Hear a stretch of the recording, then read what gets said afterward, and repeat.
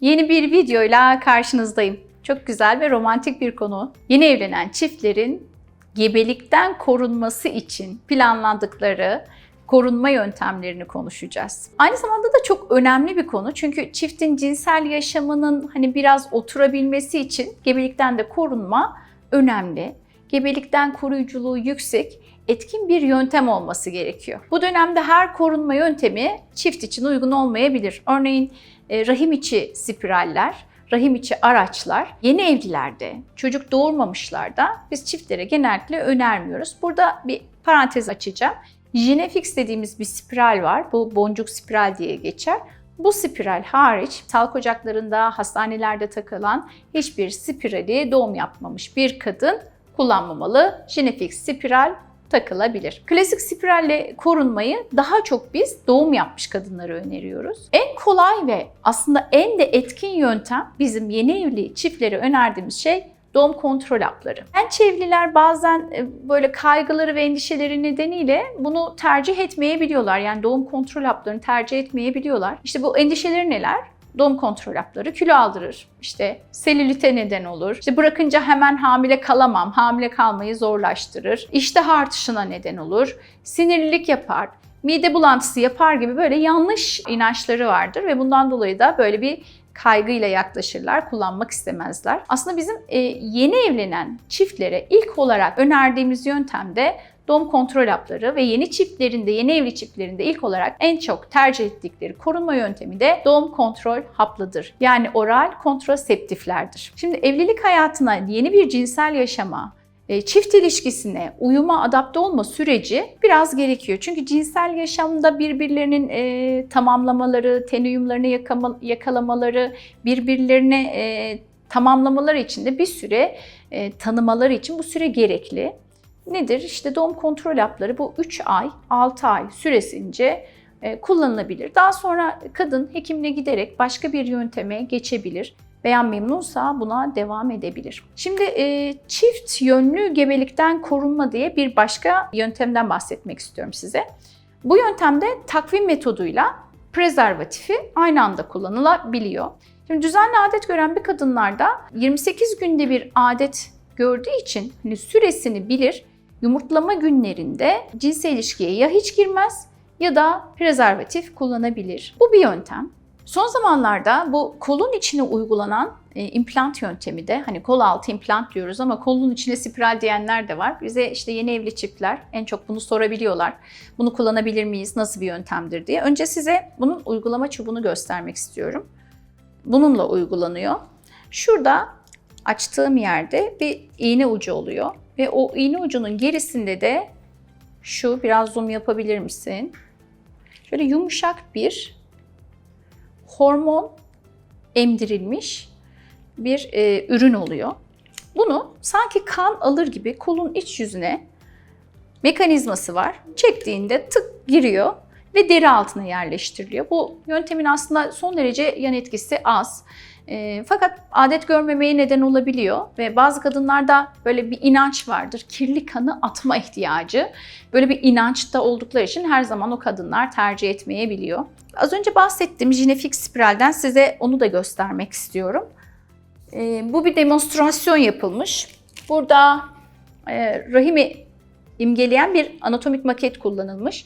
Şunun ortasında gördüğünüz gibi 4 tane bakır boncuk var ve bir ipi var. Bu ip şu gördüğünüz rahimin tepesi. Buraya düğüm oturtularak yerleştiriliyor. Diğer spiraller gibi klinik koşullarında ağrısız, acısız mı? Evet, bir miktar minimal ağrı acı oluyor da diğer spiraller kadar ancak ağrı acı oluyor. Bu ağrı acı da tolere edilebilecek öyle birkaç saniye süren bir şey. Bu spiralin özelliği kaymaması. Hiç kaymıyor. Yani kayma riski taşımadığı için gebelikten korunma oranı da çok yüksek.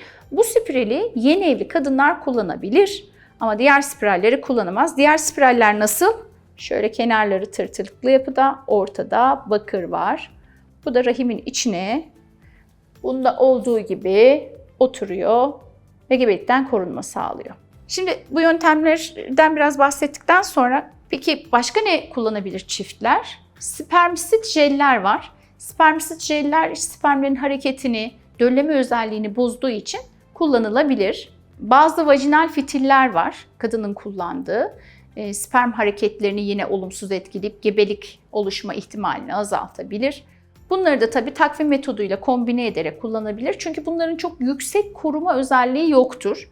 Ondan dolayı da işte bir kombinasyon yöntemiyle herhangi bir korunma metoduna eklenerek kullanılabilir. Şimdi gebelikten genel korunma metotları nelerdir? Birazcık da ondan bahsetmek istiyorum size. 5 gruba ayırıyoruz. Birincisi hormonal yöntemler. İlk başta da doğum kontrol hapları geliyor. Diğeri aylık iğneler. Bu da hormonal bir yöntem. Diğeri 3 aylık iğneler. Bir diğeri ertesi gün hapları. Bir diğeri de az önce gösterdiğim kol altı, cilt altına uygulanan implantlar. Bunların hepsi hormon içeriyor ve hormonal tedavi amaçlı kullanıyoruz. Yani gebelikten korunma amaçlı bunları kullanıyoruz. Diğer ikincisi rahim içi araçlar, spiraller.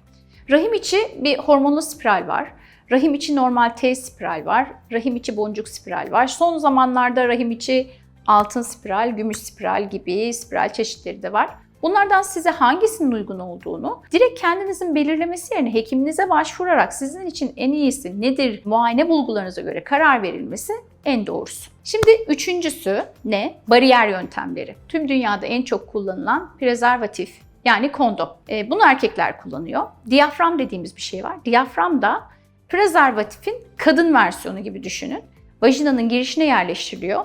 Geriye doğru bir boşluğu var. Bunu da kadınlar lateksten üretilir. Gebelikten korunmak için kullanabilirler. Bu iki yöntemin de şöyle bir avantajı var.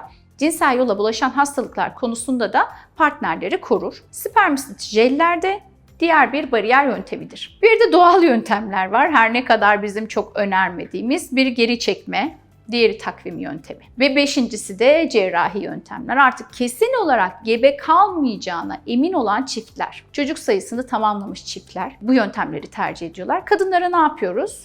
Tubal sterilizasyonu yani her iki tüpü bağlıyoruz. Erkekler ne yaptırıyor? Vazektomi dediğimiz ameliyatları oluyor. Evet efendim, şimdi bu verdiğim bilgiler ışığında sevgili yeni evli çiftler, öncelikli olarak dilerim mutluluğunuz bir ömür sürsün. Size cinsel tıp uzmanı, aynı zamanda bir jinekolog olarak önerim size. Evliliğin ilk başından itibaren bir süre cinsel hayatta uyumlanıncaya, birbirinizi tanıyıncaya ve evliliğiniz oturuncaya kadar 3-6 ay, bazen de bu süre 1 yıl olabilir, gebelikten korunmanız. Gebelikten korunmak için de jinekoloji hekimine giderek bir muayene olup sizin için en uygun yöntemin ne olduğuna hekiminizle beraber karar vermelisiniz.